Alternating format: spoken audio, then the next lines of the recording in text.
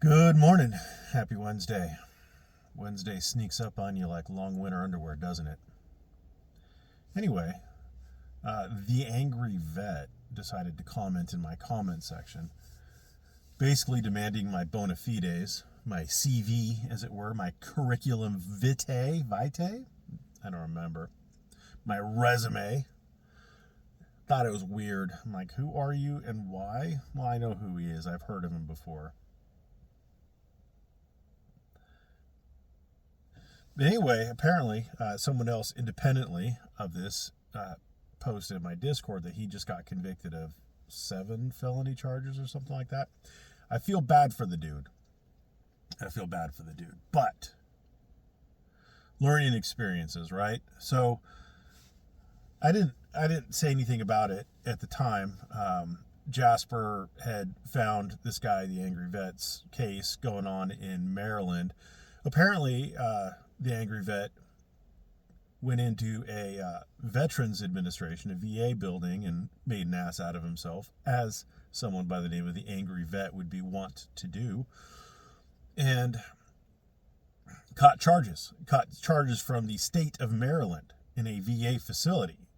And you're going to say, well, isn't the state of Maryland a state and isn't the VA federal? And I'm going to say yes, which brings us back to the discussion I've been having with Ehline and his fat FOIA requesting fake force recon fuckwit friend, BZ Watchdog, who assert that if it is a federal building, that federal law applies and state law doesn't. Well, apparently, the Angry Vet had the same idea, except the VA in this particular case, and again, thank you to Jasper Kalin for providing the documents. The VA had been turned over to the state to enforce state law in. There was a letter from the head of the VA giving the state jurisdiction to enforce state law in the VA. And so, if I remember correctly, I don't know if he filed an appeal in that federal case to try to remove the action from state court to federal court. But I know he lost that particular issue. So he may have appealed, but he lost on that because the state had jurisdiction. And so it should be a lesson to people who believe Ehline and BZ Watchdog that believe that just because it's federal, the state has no jurisdiction ever. Well, it may, and sometimes it does, and you got to be careful and ask a local attorney. Basically, is still the best advice I can give anybody on whether or not you're likely to catch state charges over it, or whether or not, maybe not likely, but whether or not state charges would stick if you caught state charges over it.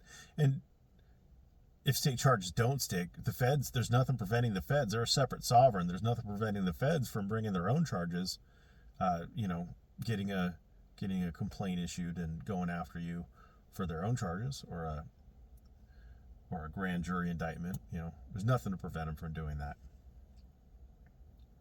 Anyway, I don't have any particular issue with the Angry Vet. I mean, I don't follow his stuff.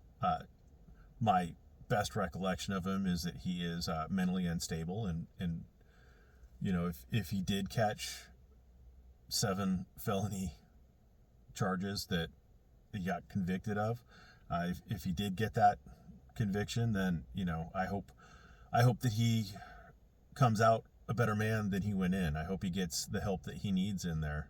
And again, I don't know him or really care about him, but I don't wish jail or prison on anybody. It's a terrible thing. Anyway, that's it. That's all I got for today. Just I guess it brought to mind a quick lesson that I could bring up before work. Is that, once again, another more proof that Ehline is wrong and dumb and stupid, and BZ Watchdog still hasn't given me a citation of that New York case that he thinks proves his point. Thanks for watching. Have a great day.